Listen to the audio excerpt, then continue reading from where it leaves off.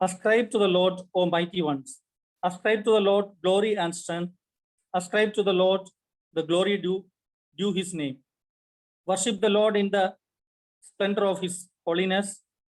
The voice of the Lord is over the waters. The God of glory thunders. The Lord thunders over the mighty waters. The voice of the Lord is powerful. The voice of the Lord is majestic. The voice of the Lord break the cedars. The Lord break in peace the cedars of Lebanon. He makes Lebanon skip like a calf, Syrians like a young wild dogs. The voice of the Lord strikes with the flashes of lightning. The voice of the Lord shake the desert. The Lord shake the desert of Kadesh. The voice of the Lord twists the ox and stripped the forest bare. And in his temple all cry glory. The Lord sits enthroned over the flood. The Lord is enthroned as a king forever. The Lord gives strength to his people. The Lord bless his people with peace. Amen. Shall we pray? Father God, we thank you for this Psalms. Speak to each one of us, Lord. Thank you for hearing our prayer. In Jesus' most precious name we pray. Amen. From this Psalms of David, we can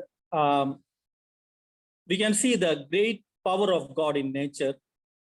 And when the people of God, trust in God, he will give his peace and the strength to weather the storm of our life. That great power is available for us in our daily problems when we face difficulties and storm in our life. The great power of God, which raised the dead, and the power over all the nature is available for us. And so whenever we are in trouble, in problem, in despair in our life, if we trust and if we know that the greatness of our God, the great power of God, the power of God created everything in this universe, everything in this world that is available for us, for our help. So let's depend upon, let's trust on God, who will always there to help us. Let Almighty God help us, and let's dedicate the word and pray. And this time, few minutes, let us spend in time, spend time for prayer, praying for our nation, especially our rulers, and for all the world leaders, and all the evangelists and missionaries, those who are working all over the world, and especially in our India. And let's pray for our church members. Let's pray for our church members, our old-aged people, and those who are suffering, those who are sick. Especially, let us lift Nimi, who is in Ireland. Nimi and Bipin, let's pray for them. Let the healing hand of God Almighty touch Nimi. And let's pray for our children. Father Lord, this blessed morning that you have granted us, here we are, Father, to worship you as a body. We who are from different circumstances of life, we have come together, Father, to worship you. Our songs that we sing, that we have meant in our hearts. We examine the verses, we carefully sing those words, understanding what it meant. Because we mean what we say, Lord. Your words that has come to us, we have heard. And we keep it beside our lives and look at it. And to see how short we have fallen away. Father, the privilege of being able to be aware of our fall. Thank you, Lord, that you have made the provision for us to realize. And Father, as we look at our lives, we are so blessed by the goodness that you have showered upon us, Lord. Every single little thing that we look at, and we are so grateful for that.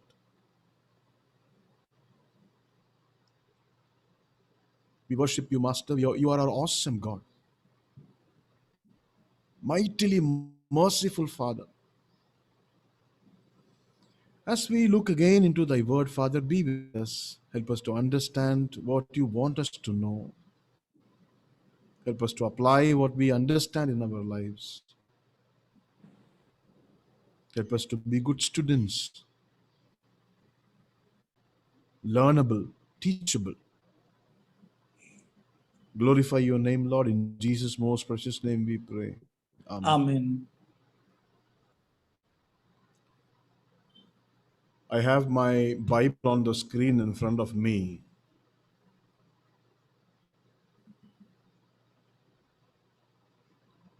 And so I may be looking up at the screen, looking down at the camera. So I hope it won't be a disturbance for you. You know, the messages that is prepared on Sundays are basically a devotional for me. That means I bring that messages to you, that the messages have been meant for me. And we have been, the convictions that the Lord has given me, I have made the effort to pass it on to you.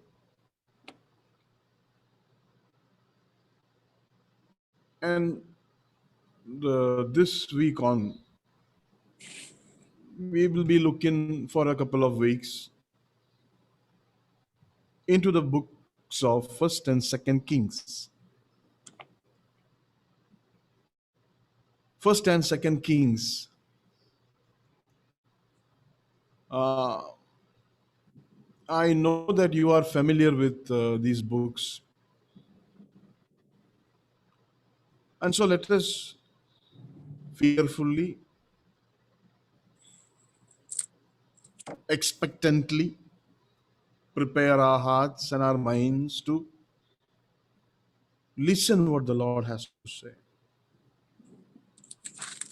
My friends, if you are going to listen to what Jacob has to say, I don't think this is going to be in any way beneficial to you.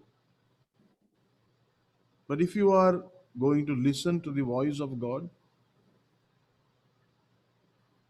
then it is going to be beneficial for you, beneficial for me.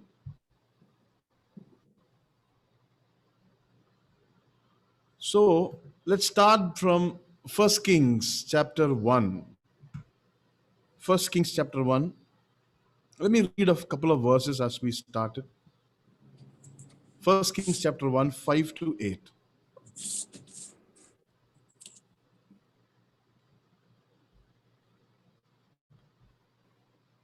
Now Adonijah, the son of Haggith, exalted himself, saying, I will be king. And he prepared for himself chariots and horsemen, and 50 men to run before him. His father had never at any time displeased him by saying, Why have you done thus and so? he was also a very handsome man, and he was born next after Absalom.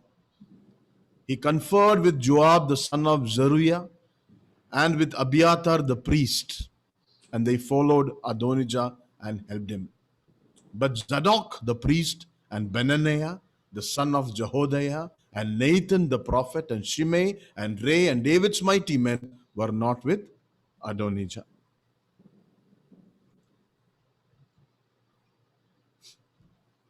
The books, the first and second Kings, are basically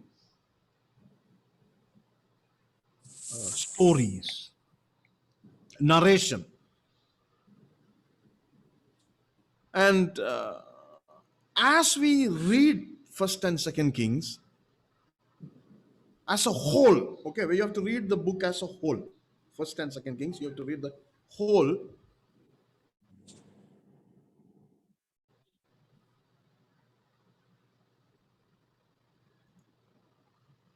Sorry, messages. Only when you read it first and second Kings as a whole,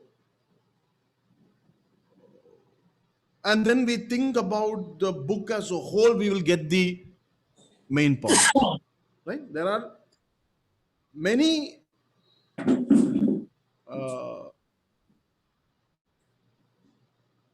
points given, many truths being given to us throughout the book, but when you have to take the whole book as a whole to understand the purpose of the book. And so, when you read the first and second Kings, and you see the names first Kings, second Kings, so that probably gives us the idea that this book is about kings, isn't it? Right? Am I right? We get the idea that this book is about the kings. We read the name of so many kings in First Kings and Second Kings. But we should understand, okay, before we start, let me tell you this fact that First and Second Kings is not about, the book is not about kings. I mean, what I mean is, this book is not given to us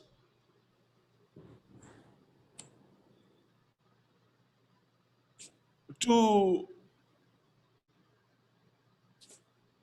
highlight the kings. No. Even though the books are named First Kings and Second Kings, this book is not actually about the men who were actually the kings of Israel and Judah. That is not the purpose. In fact, they are not even the main characters. They are not even the main characters in the book.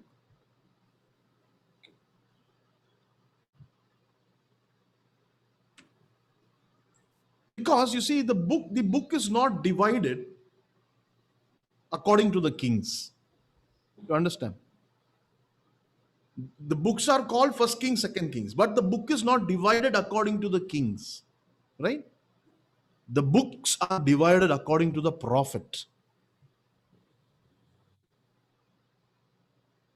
First King and Second Kings are based on the prophets of God, not the kings of Israel and Judah. Even though the book is called First Kings and Second Kings. In the First Kings, in the book of First Kings, the hero is not any of those kings. The hero is Elijah. In the second book of the Kings, again, the hero is not any of those kings, but the disciple of Elijah, Elisha. You see that? So, what does that mean? Right? What does that mean? Let us think together. What does that mean? First Kings, Second Kings. Its book is named after kings. But the kings are not the key players. The book is not divided according to the kings. It is divided according to the prophets. Why? Why the prophets? What does the prophet do? What does the prophet do? Prophet brings the word of God to people. That is the duty of the prophet. He is the mouthpiece of God. So when you say First Kings and Second Kings is actually books based upon the prophets, that mean this is a book that is really teaching us about the importance of God's word. Right? You understood that? This is the book that really teaches us the importance of the word of God or God's word. See, there are certain exceptions in First and Second Kings. There are exceptions about wicked kings who have led God's people astray, and then there are God's prophets who called them back. That's all there. But the theme of the book, or the main thing that First Kings and Second King teaches us, is about the importance of seeking the presence of God in our life.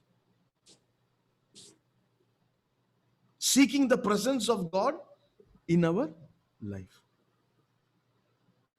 That is the first and most primary thing First and Second Kings teaches us. How much God is necessary. And then it also teaches us about about following the rules, obeying the rules of God. The importance of following or obeying the rules of God.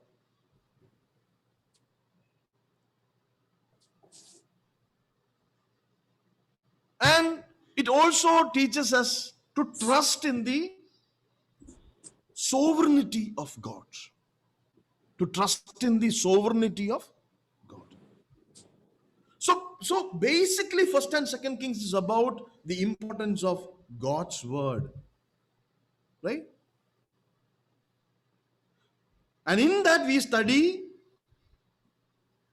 how much in the word of God we study, how much we should desire, seek the presence of God.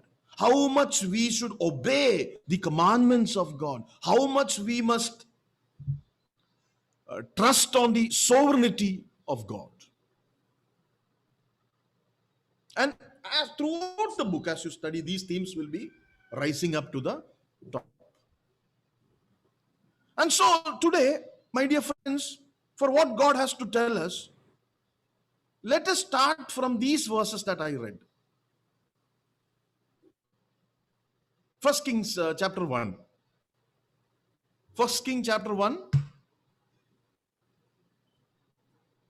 Let's start from verse 1 itself.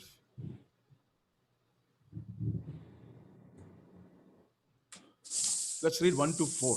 First Kings chapter 1, verse 1 to 4. Now, King David was old and advanced in years. And although they covered him with clothes, he could not get warm. Right? Therefore his servant said to him, let a young woman be sought for my lord the king, and let her wait on the king and be in his service. Let her lie in your arms, that my lord the king may be warm.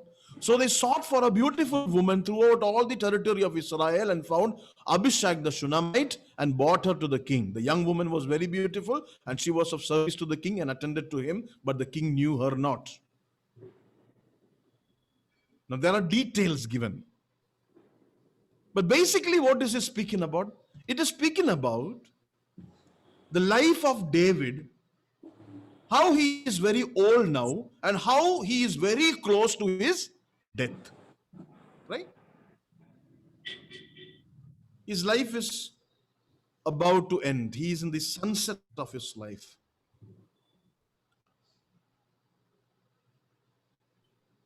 And that tells us something else. What is that? That Israel is looking forward for a new king. Israel is looking forward for a new king. So, David's reign is coming to an end. And that means a new king is going to come. It is not a big, there is no need for a commotion there, because The decision has already been made, actually, about who is going to be the next king. God had already named the next king, God himself, isn't it? Turn with me to First Chronicles chapter 28. First Chronicles chapter 28, 1 to 8. First Chronicles chapter 28, 1 to 8. Now David assembled at Jerusalem all the officials of Israel, the princes of the tribes and the commanders of the divisions that serve the king, and the commanders of thousands and commanders of hundreds, and the overseers of all the property and livestock belonging to the king and his sons, with the officials and the mighty men, even all the valiant men. Then King David rose to his feet and said, "Listen to me, my brethren and my people. I had intended to build a permanent home for the ark of the covenant of the Lord and for the footstool of our God. So I had made preparations to build it. But God said to me, You shall not build a house for my name, because you are a man of war and have shed blood. Yet the Lord, the God of Israel, chose me from all the house of my father to be the king over Israel forever. For he has chosen Judah to be a leader, and in the house of Judah, my father's house, and among the sons of my father, he took pleasure in me to make me king over all Israel. Of all my sons, for the Lord has given me many sons, he has chosen my son Solomon to sit on the throne of the kingdom of the Lord over Israel. He said to me, Your son Solomon is the one who shall build my house and my courts. For I have chosen him to be a son to me, and I will be a father to him. I will establish his kingdom forever if he resolutely performs my commandments and my ordinances, as is done now. So now, in the sight of all Israel, the assembly of the Lord and the hearing of our God, observe and seek all commandments of the Lord your God, so that you may possess the good land and bequeath it to your sons after you forever. See? So it is already decided who is going to be the next king. Right? And so there is no reason at all why Israel, the nation Israel, should have any confusion regarding the next king. It's already announced Solomon would be king. But something happens now. Something happens. A rebel steps into the scene. A rebel. Right? And these things, when God, see, these are all things that we should understand. That means, see, already it is decided. God's plan is made clear. Nobody has to think about what's God's will and ആരും ചിന്തിക്കേണ്ട കാര്യമില്ല. Why? Because it is already given. They need not worry about who is going to be the next king, because it is already given. The word of the Lord has come. Solomon is going to be the king. It is settled. But in spite of that, you see one person stepping up between. Whenever this will of God is given to us, and you see something coming in between, that is the action of the devil. Right? So you and I need not have to worry. Is it from God or is it from the devil? We need not think like that. Why? Because the will of God is perfectly given in our hands in the Bible, isn't it? And when you know what is the will of God written there, and when something steps in and say, wait, not now, that means it is who? It is the work of the devil. And here also you see, no doubt that the order from God has come. The will of God is Solomon become king. But in steps the rebel. And this is an act of the devil himself. Right? He is doing it to thwart God's plan. He wants to disturb God's plan. And Satan always rises to that occasion. Whenever there is, God's plan in action, Satan, rises up to that occasion. He tries to somehow seize the throne from God in that situation. Always he does that. So what does Satan do? God has chosen one king. Satan also chooses another king. Satan also chooses another king and he sends him. Now you see, nowhere here the name of Satan is mentioned. Okay? Nowhere in this passage the name of Satan is mentioned, but upon studying these passages, you will see his fingerprints everywhere. You see? Same thing, what happens to our life also. When we know this is God's will, this is what God wants from us. God has asked us to do this. God has asked us to go there. God has asked us to sacrifice. God has asked us to give. But then something comes in between. And then we think, is it necessary? Should we? Should we do it? When the order is explicitly in our, it's given as clear as possible. But then we think, should we? This is an act of devil.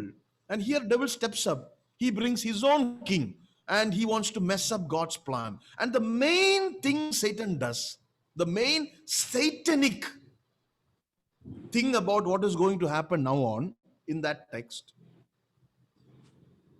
is the main Satan thing is how he uses self-importance. How he uses self-importance to destroy God's plan. You got understood what I said? Self-importance. Satan is going to use self-importance to destroy God's plan. And that's where we read 1 Kings chapter 1, 5 to 8.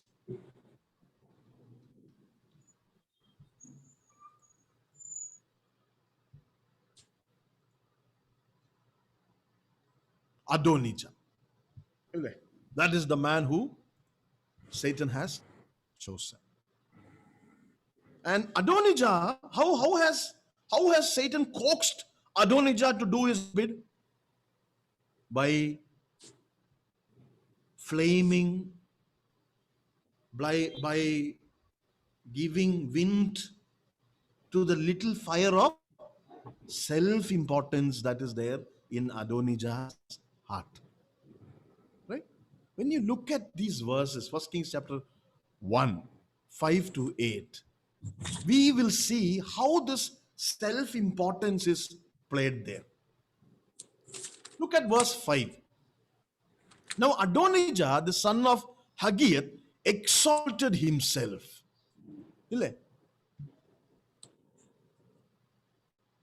He exalted himself. That's the first thing that is said about Adonijah here.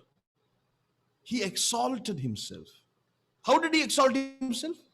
He said, I will be king. Exalting himself.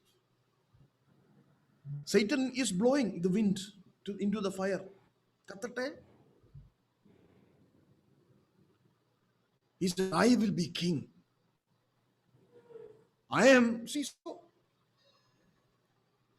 for that, what does he do? He gets 50 men. He prepares for himself chariot. He's not thinking in his mind. He does the action. He prepares himself chariots and horsemen with 50 men to run before him. You see? The rise of Adonijah. He has risen, exalted himself. Now mind it, nobody asked him to be the king. Did anybody ask him to be the king? No. Nobody asked him to be a king. No one told him that he is going to be king. He granted himself this position. He gave himself the position of the king. Exalted himself. My dear friend, this is a very foolish thing for any man to do. For any man who exalted himself, exalts himself, it is a foolish act. See, today the world says you should exalt yourself. You should tell you are great, you are super, you are very strong, you are nice, you are good. You should gift yourself holidays, you should gift yourself cars, houses, watches, guns, toys, whatever you like. You buy all those things and yeah, that fellow is like that. Yes, this fellow is like that. You will say, no, you are like that, my friend. It is dangerous. 1 Corinthians chapter 4, verse 3 to 4. 1 Corinthians chapter 4, 3 to 4 says like this, but to me it is a very small thing that I may be examined by you, or by any human court, in fact. I do not even examine myself, Paul says. For I am conscious of nothing against myself, yet I am not by this acquainted, but the one who examines me is the Lord. So when Paul says, I do not even examine myself, what he's saying is, I do not exalt myself. I don't say, yo, I am a Pharisee, I am this, I have this, I have this, I have this. So another person, he says, I have count everything as dung. So the world says, exalt yourself. Give self-importance. Give woman power. Give self-importance. What is that? Humanism. Give self-importance. Feminism. Give self-importance. I'm not against women, okay.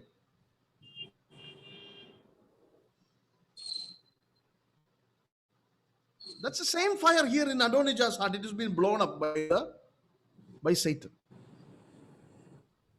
He's evaluating himself and he has exalted himself. Right? He has not humbled himself. He looked into himself and he exalted himself. I am going to be king. Right? See, someday, my friend, we are all going to stand in front of God. And he is not going to give us one paper and say, evaluate yourself. You know that self-evaluation paper? Yeah. God is not going to give you and me a self-evaluation paper when you are there and say, evaluate it. Tick, tick, tick. Are you a good father? Yes. Moderate? Yes. Horrible? No. God is not going to do that. He's not going to take your opinion about it. You are not going to be your judge. I am not going to be my judge. It is God who rewards. It is God who punishes. Right? But Adonijah was not concerned about it. I am not sometimes concerned about it. You are not concerned about it sometimes. He wasn't concerned about what God thought about himself. No. Already it is given, right? Solomon, it already declared, but it doesn't matter to him. He wasn't concerned about who God wanted. He was not concerned about what God thought of him. In his eyes, in his own eyes, he was going to be the best king possible. And so he assumes the position for himself. See, many of us are like that. We assume we are the best.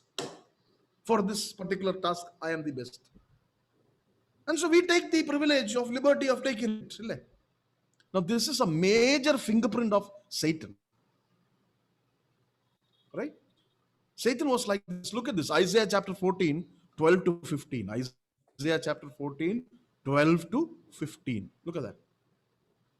How you have fallen from heaven, O star of the morning, son of the dawn. You have been cut down to the earth, you who have weakened the nations. But you said in your heart, I will ascend to heaven. I will raise my throne above the stars of God, and I will sit on the mount of assembly in the recesses of the north. I will ascend above the heights of the clouds. I will make myself like the Most High. Nevertheless, you will be thrust down to the shoal, to the recesses of the pit. Same attitude Adonijah has. See, God has given every one of us a role to play in our life, right? We have a role to play inside our family. A father has to be a father. A son has to be a son. A mother has to be a mother. A mother can't be the father. Father can't be the mother. Son can't be the father, right? Each one of us are given a role to play. And our role, how to use our role, the wisdom is there in the Bible. A person who's studying the Bible regularly will know how a father should behave in different times of his own life, different age times of how he should be. A woman will know in different ages of her life, in the wellness and well-being of her health and her beauty, how she should, and when she is old, how she should be. It is there in the Bible. See, every one of us have a role. But when we try to exchange these roles, it's going to be a problem. Each one of us have a role inside the family. Each one of us have a role in the society. Each one of us have a role in the church.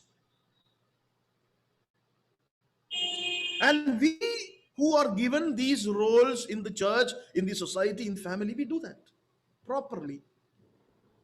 God has enabled us to be that. In the society, you have a job to do that for the glory of God. But here, we shall not, a doctor can't try to behave like a policeman cannot behave like a doctor. See, all of us are given different abilities and qualities and roles to play. So we can't just barge and take over something else. For it is our duty to play that role as a faithful steward with all sincerity. And see, here our man clearly knows, it has been proclaimed by David that God has told him that the temple is going to be built by the next king, which is his son Solomon. So the word has come, is decided. But Adonijah doesn't care. Right? He doesn't care about it. So he exalts himself. He examines himself and he sees himself to be best, and so he exalts himself, better than Solomon. Look at the sixth verse. Sixth verse. What does it say? 1 Kings chapter 1, sixth verse. His father had never at any time displeased him by asking, "Why have you done thus and so?" What does that verse tell us? That verse tells us why Adonijah dared to exalt him. Look at his imagination. Look at Adonijah's imagination.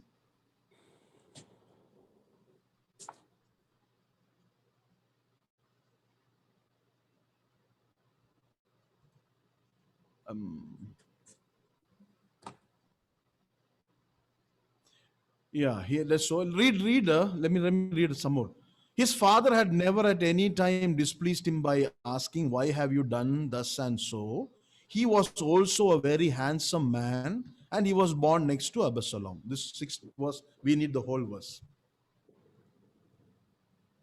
So you see, here is how he imagines himself. Okay, how Adonijah imagines himself is given in the sixth verse. One, he imagines himself to be a very handsome man, which he was. He was a handsome man. And when Adonijah looked in the mirror, what did Adonijah see? He saw a man who was fit to be king. All right? When he looked at the mirror, he said, "I am the man. I must be the man. I am the man. I am fit. It's my privilege. It is my, it is my, I am made for this." Doesn't matter what God said, okay? Doesn't matter that. And he, because of that imagination he has about himself, he already makes preparation for people to run in front of him. And see, my dear friend, when you look at yourself, what do you see? Please don't think that I am trying to belittle people, self-image or self-esteem. No. We have an image of ourselves. What? We are made in the image of God. Are we valuable? Yes, of course we are valuable. Are we precious? Yes, we are bought with a price. Precious blood of Jesus Christ. We are very important. But that perspective can become dangerous to us. Right? The fact that this man here was handsome is now turned towards him. The beauty God has given him has become his enemy. Now he's looking at that and he's saying, "I am the man who should become king." Now, this is again the fingerprint of who? Satan. See, when you and I look at the mirror, we may not see handsome men standing there, but we will see certain qualities we think is best for us, right? And we think, this I am best. This is my plus point. I am with this I will conquer the world. I should not forget that. I should look for the positives. Forget the negatives. Look for this book says that. This book says that.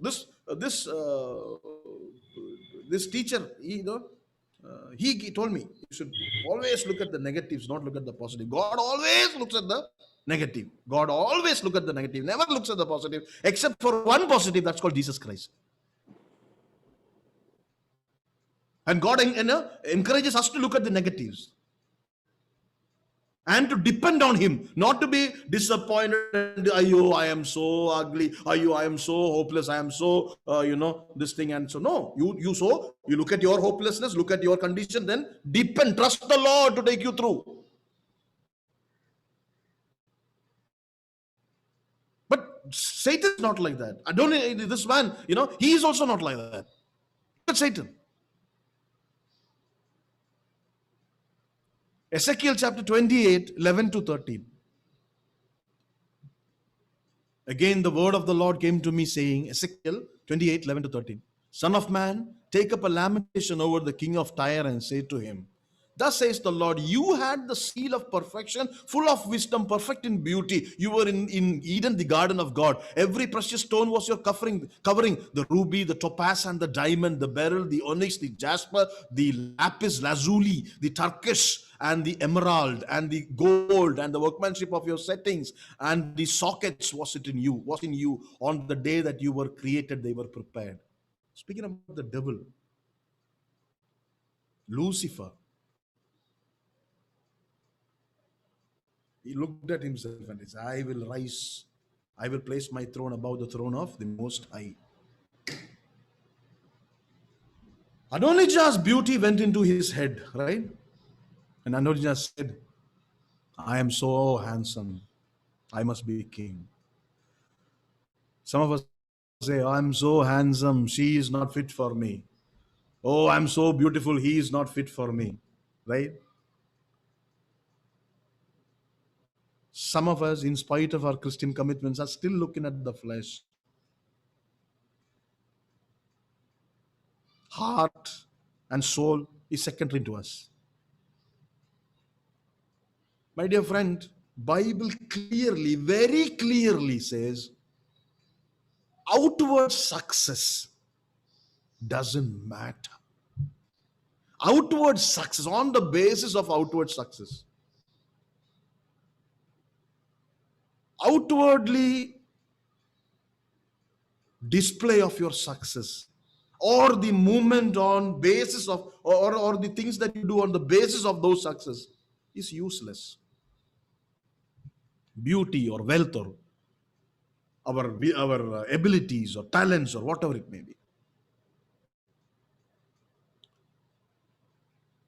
God always looks at the heart. 1 Samuel chapter 16, 6 and 7. 1 Samuel chapter 16, 6 and 7.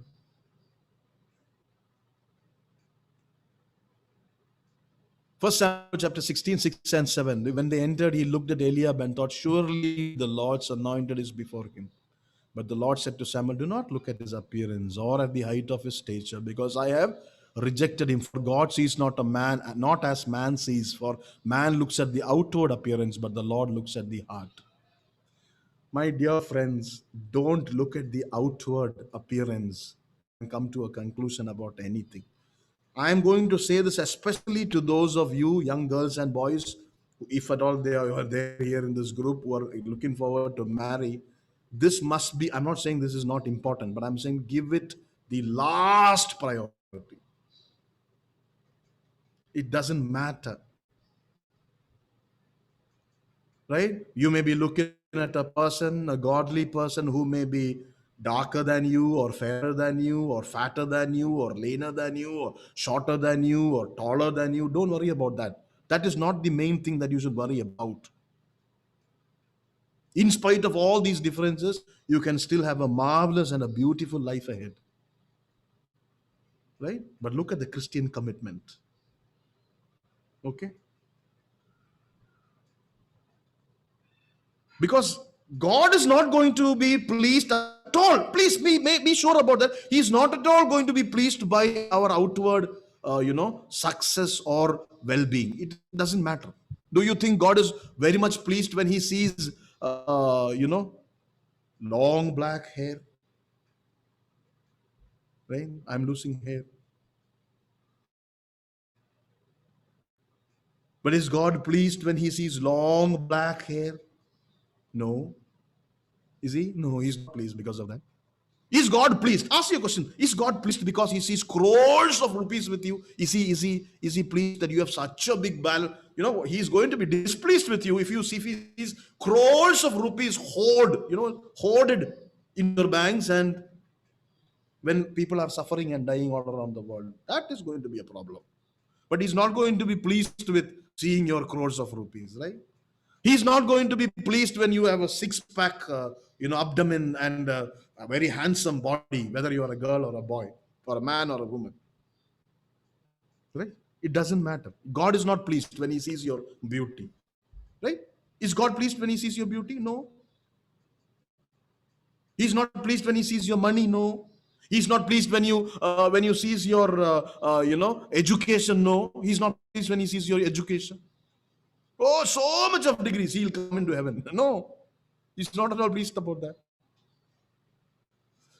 None of our outward attributes ever impresses God. It doesn't. Right? The only thing that you have to be aware of, that these can lead us to feel ourselves as more important people. Because I have long black hair, I'm an important person. Because I am a very handsome person, beautiful girl, I am an important person. Because I'm highly educated, I am an important person. Right? This is what these additional fittings do to us.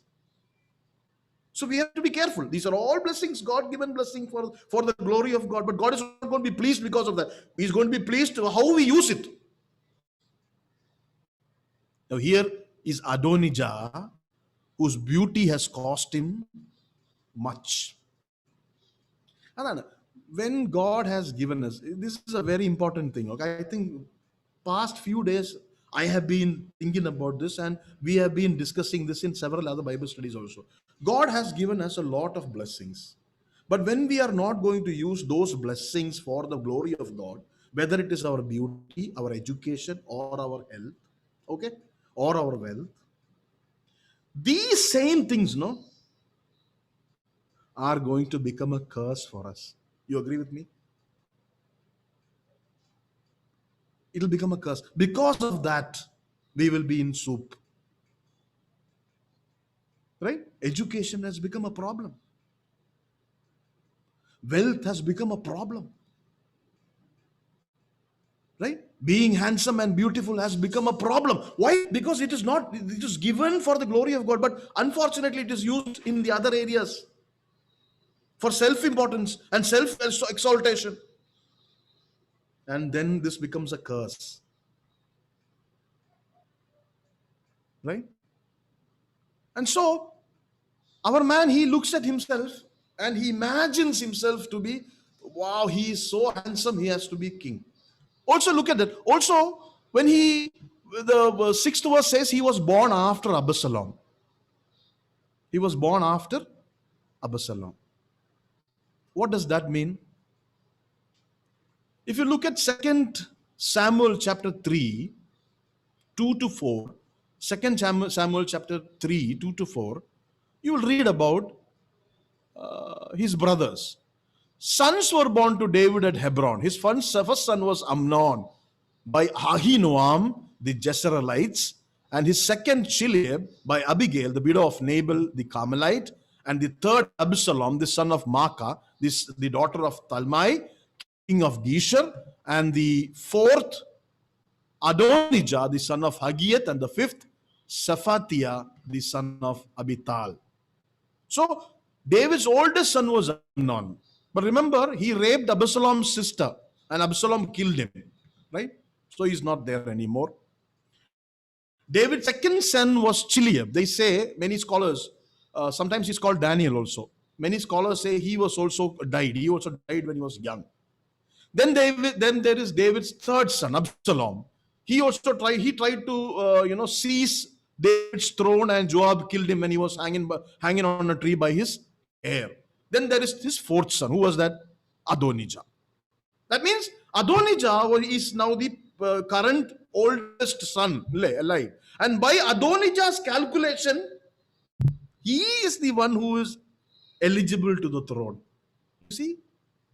Self-importance. Right? He exalted himself. Why? Because he thought he is handsome. Why? Because he thought his status.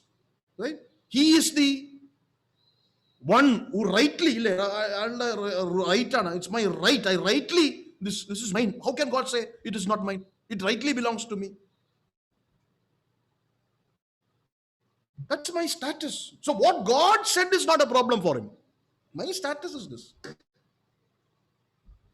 Again, the fingerprint of the devil. See, it's all fingerprints of the devil. Look at Ezekiel chapter 28, 14 to 17 again. Ezekiel 28, 14 to 17. Right? Satan is looking at himself, looking at his status. Adonijah looked at his status. I am the oldest son alive. I shall take the throne. But here is Satan looking at himself, okay?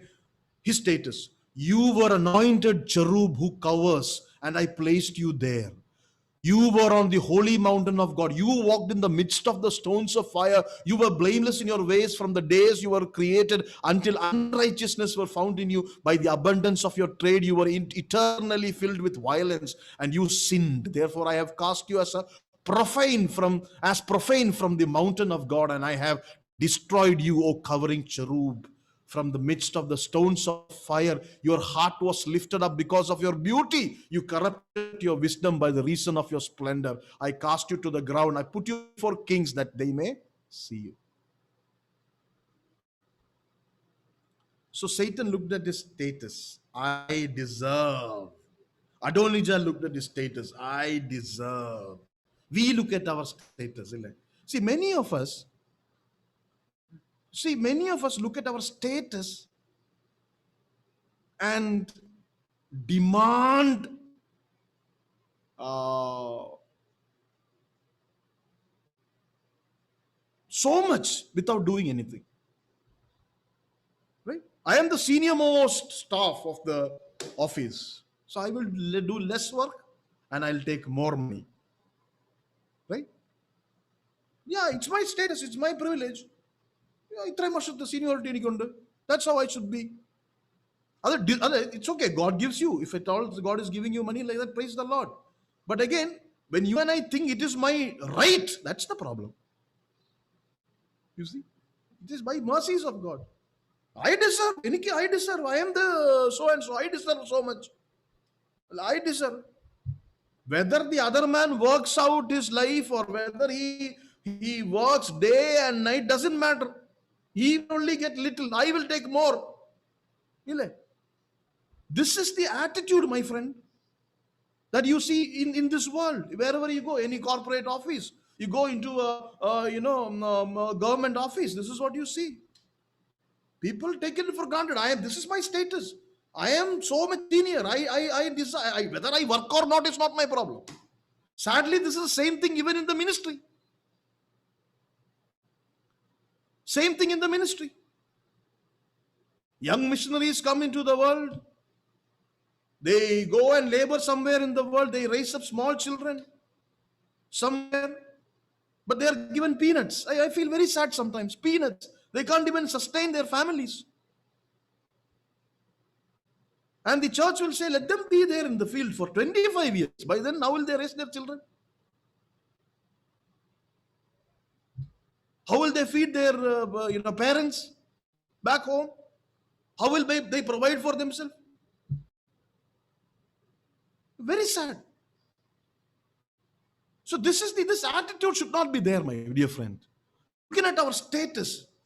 Because I am here, because I am the eldest, because I am the senior, it should not be there. Right? The Bible clearly says those who work, if you work, don't eat. Right? And we should never, and even though if God has given you the privilege of receiving like that, you should never take it as your right. Always think of that as God's grace. Grace. And so because of that, what you receive, you give also. You give away. You give to the poor. You give to the suffering. You give to the church. But never look at your status and demand.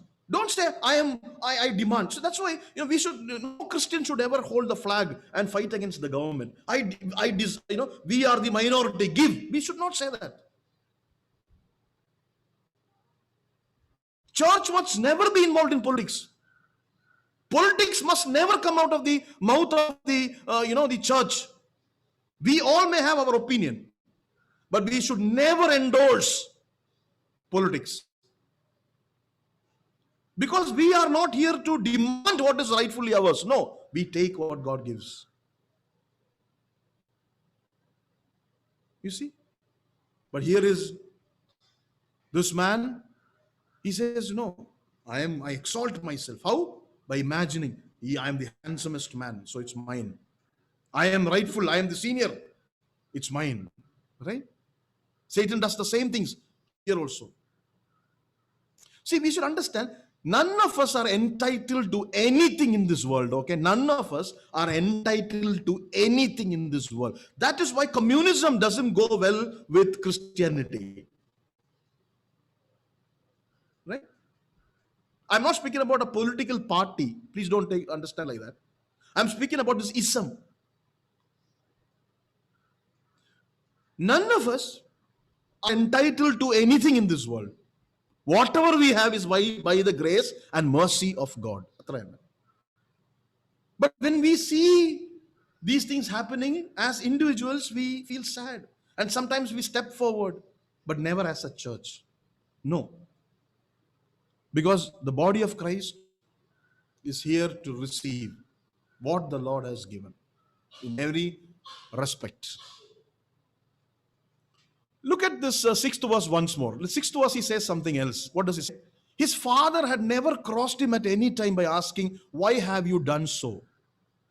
So why did he exalt himself? One, he thought himself as very handsome. Two, he looked at his status and he said, I am the eldest. So, Moon, his father never questioned him.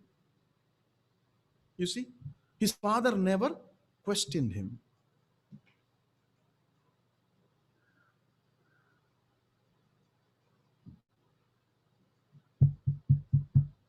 See, here is David. David is old and David is lying on the bed and he is very feeble. And with this feeble father, Adonijah takes advantage. He never discusses his desire to be a king with David. If at all he felt like that, he should have gone to David, isn't it? But he doesn't do that. And so you can't blame David for not questioning him. Because by now David is barely alive. Right? And most probably David didn't even know what's happening. And so, what did this man do? Adonijah do? He took his father's silence. He took his father's silence as an approval for what he is doing. Got the point? He took his father's silence as an approval for what he is doing. Satan also does the same thing, my friend. Ezekiel 28, 18 and 19 verse. Ezekiel 28, 18 and 19. By the multitude of your iniquities in the unrighteousness of your trade, you profaned your sanctuaries. Therefore I have brought fire from the midst of you. It has consumed you and turned you to ashes on the earth in the eyes of all who see you. All who know you among the peoples are appalled at you. You have become terrified and you will cease to be forever. You know, Satan, by the multitude of your iniquities, in the righteousness of your trade, you profaned your sanctuaries. What does that mean? It means Satan just continued to take the liberty, and because he was not immediately destroyed, he assumed it was okay. He didn't commit one sin. He continually kept on. God didn't do anything about it, and he kept on. So the silence of God, he took it as a license. Many of us are like that. Adonijah took the silence of David, this feeble, weak man who's lying on the bed, as license to do what he wanted to. Many of us are like that, my friends. We take the silence of God. We take the silence of our superiors. We take the silence of our brothers and sisters. We take the silence of our family members. We take the silence of our church members and continue doing the wickedness that we are doing, thinking that nobody is noticing. That is wrong, okay? Everybody is noticing. Everybody knows what is happening. God knows what is happening. Right? Because nobody stops them immediately, they continue doing what they want to do. Continually doing. So here our man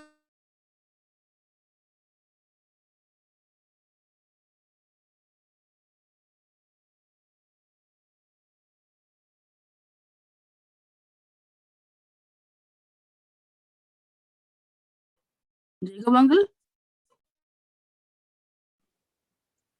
What about us?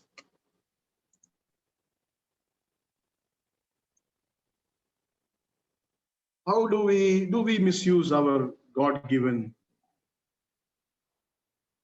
liberty? Do we misuse our God-given status? Do we misuse God-given wellness of our body and life? Look at verse 7 and 8. We'll come to a close. 7 and 8. 7 and 8. He conferred with Joab the son of Zeruiah and Abiathar the priest, and they followed Adonijah and helped him. So look at his association here. He went and joined with two other people who doesn't have actually a say here. Actually, if at all he wanted to be the king, he should have gone to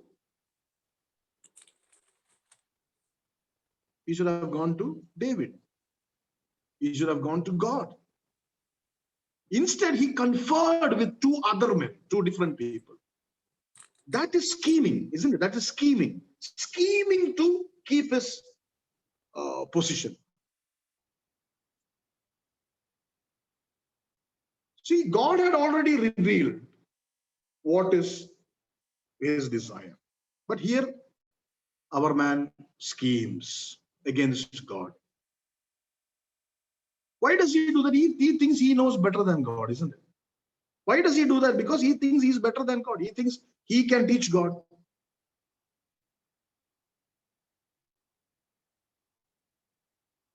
And he is willing to scheme to get his things done. Again, fingerprint of Satan. Window. Look at Psalms 10, 8 to 11. Psalms 10, 8 to 11. Look at that.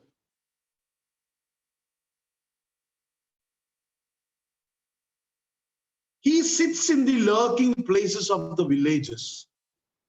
In the hiding places, he kills the innocent. His eyes steadily watch for the unfortunate. He lurks in a hiding place as a lion in his lair. He lurks to catch the afflicted. He catches the afflicted when he draws him into his net. He crouches, he bows down, and the unfortunate falls by his mighty ones. He says to himself, God has forgotten. He has hidden his face. He will never see. How's that? He will never see. But I will do it. I know this is wrong. I know what I am doing is wrong. I know this is wrong, but I will continue. And I will get those people who agrees with me, my friends, They say, you continue, you do as you do. You are good. Oh, yes, I'll continue. No problem. Nobody will see. God will see, not see, right? And so the plan is laid and they continue. So, my dear friend, here is a lesson to be learned about this man called Adonijah.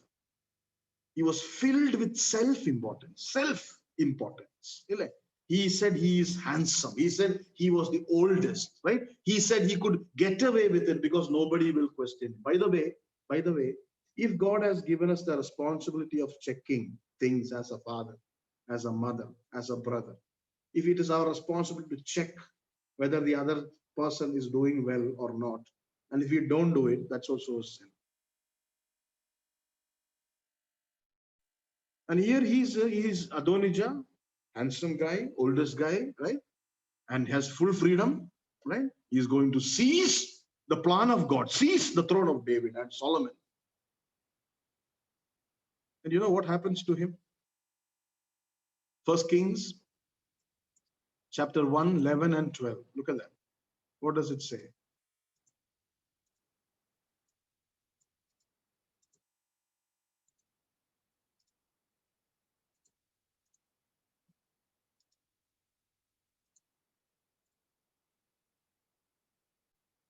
Nathan said to Bathsheba, here enters God's man. Nathan said to Bathsheba, the mother of Solomon, have you not heard Adonijah, the son of Haggith, has become king, and David, our Lord, does not know it? See, he did not even know.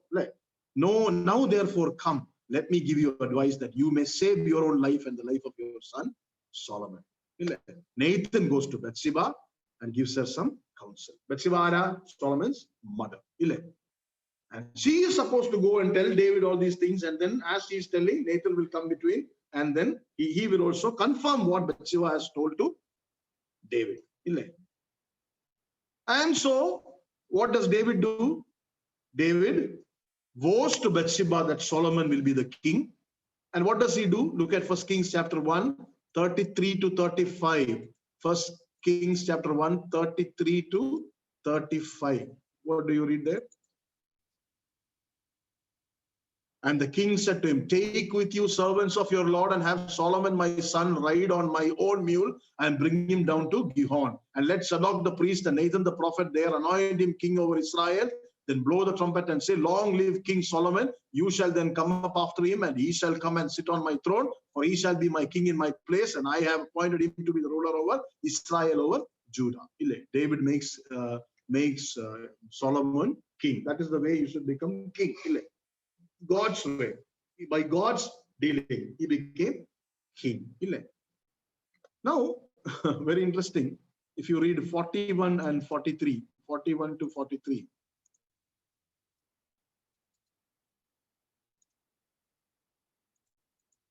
To 43, if you read that, Adonijah and all the guests who were with him heard it as they finished feasting, and when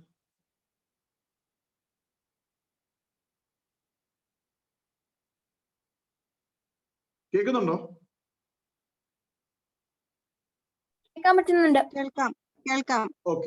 Okay, 41 and 2, read on. Adonijah and all the guests who were with him heard it as they were finished feasting, and when Joab heard the sound of the trumpet, he said, what does this uproar in the city mean? While he was still speaking, behold, Jonathan the son of Abiathar the priest came. Adonijah said, come in, for you are a worthy man and bring good news. Jonathan answered Adonijah, no, for our Lord King David has made Solomon king. Adonijah comes to know that he has been made king. Now, you see, all Adonijah's followers flee, they run away, and Adonijah runs to the temple and he takes hold of the horns of the altar, asking not to be killed. Right? If you read further on, you will see. Now, Adonijah, gets the mercy, and it should have ended there. It should have ended there. But after David dies, this self-importance comes up again. Right? If you read 1 Kings chapter 2, 13 to 25, you will read all about it. Now, let me stop here. Let me point out certain things. Look at the importance of I mean, look at the problem of self-importance. Adonijah was unwilling to accept God's will in his life. And he thought he deserved better. Really? I deserve better. I worked so hard. I deserve better. ഇതെല്ലാം കണ്ടുകൊണ്ട് നിന്ന Solomon. When Solomon saw all these things, isn't it? And that may be the reason why you see in Solomon's writings, especially in Proverbs, if you look at Proverbs 11:2, when pride comes, then comes dishonor, but with the humble is wisdom. Proverbs 16:18, when pride goes before destruction, a haughty spirit before stumbling. Proverbs 29:23, a man's pride will bring him low, but a humble spirit will obtain honor. Proverbs 25:6-7, do not claim honor in the presence of the king and do not stand in the place of great men. For it is better that it be said of you, come up here, than for you to be placed lower in the presence of the prince whom your eyes have seen. You see? So the life experience for Solomon, and he has written. My dear friends and my brothers and sisters, this morning, this is life experience for us also.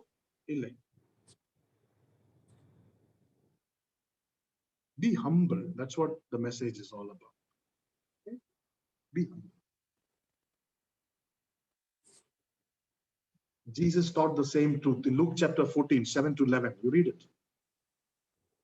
1 Peter 5:5. You younger men, likewise be subject to your elders. All of you clothe yourself with humility toward one another. For God is opposed to the proud, but gives grace to the humble.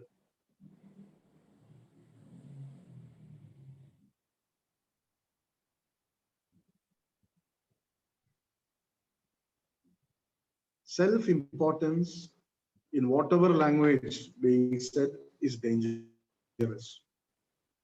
Is very, very dangerous. I have much to say, but I am coming to a close. And I am sure that this message was very important. That's why there was so much of disturbance. Even I can't continue to preach now because I lost the thought. But may the Lord, with what little we have gathered this morning, may the Lord enable us to use it in our lives. Let us look at ourselves as people of less importance. Let us not try to take advantage of the benefits God has come. Let us not think that it's our right. Right? Let's not do that. Let us say no. Thank you, I have enough. Thank you, enough. Let's learn to say that. And may the Lord lead us and guide us. We will continue looking into the book of Kings, 1st and 2nd Kings. Let's close our eyes and pray. Thank you, gracious Father, Lord, for thy blessed hand to be with us. As we look into the word, as you've spoken to us, help us, Lord, to humble ourselves in front of you. There was so much of disturbances, Lord. But I know what has to be said is said by thy Spirit, and that you will work in the heart that is willing to receive it in all humility and love. Glorify your name, Lord. In Jesus' most precious name I pray. Amen. Amen. Amen.